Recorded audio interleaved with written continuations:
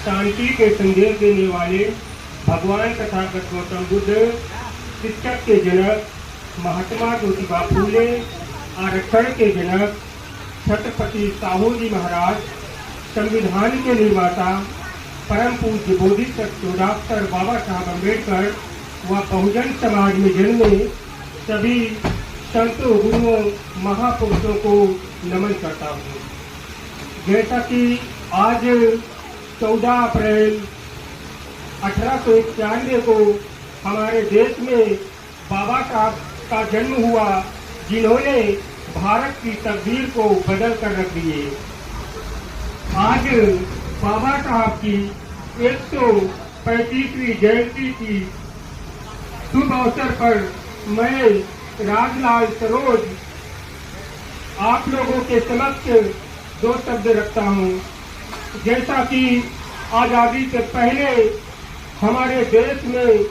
अंग्रेजों वापस जाओ के नारे लग रहे थे, उस समय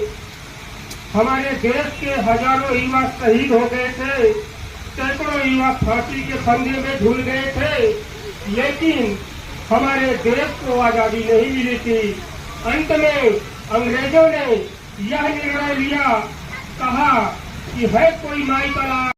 संविधान बनाकर दिखा दो, हम देश छोड़कर चले जाएंगे। उस समय बहुत लोगों ने संविधान बनाने का प्रयास किए, लेकिन किसी के बस की बात नहीं रही, सबका दिमाग खराब हो गया, किसी का दिमाग काम नहीं किया, किसी की ज्योतिष काम नहीं किया। लेकिन धन्य हो डॉक्टर बाबा साहब अम्बेडकर, जिन्हें खाने में दिक्कत, जिन्हें पानी पीने में दिक्कत, जिन्हें पढ़ने में दिक्कत, उन्होंने कोलंबिया विश्वविद्यालय से डिग्री लेकर के भारत में आए और इस बात को तय किए कि मैं तुम्हें संविधान दूंगा, और 2 साल 11 महीना 18 दिन में भारत का खूबसूरत संविधान बनाकर दुनिया को दिखा दिए। इतना ही नहीं, बाबा साहब अम्बेडकर ने उस संविधान के माध्यम से 85% बहुजन समाज को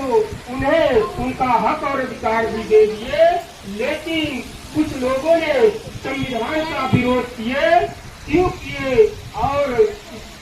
इतनी बात करके मैं अपनी बात को समाप्त करूंगा, ताकि जब बाबा साहब अम्बेडकर ने हमें संविधान के माध्यम से हमारा हक और अधिकार भी दे दिए, हमें बराबरी का अधिकार दे दिए, जब संविधान के माध्यम से हमें पढ़ने लिखने का अधिकार बांट दिए, जब बाबा साहब अम्बेडकर ने हमें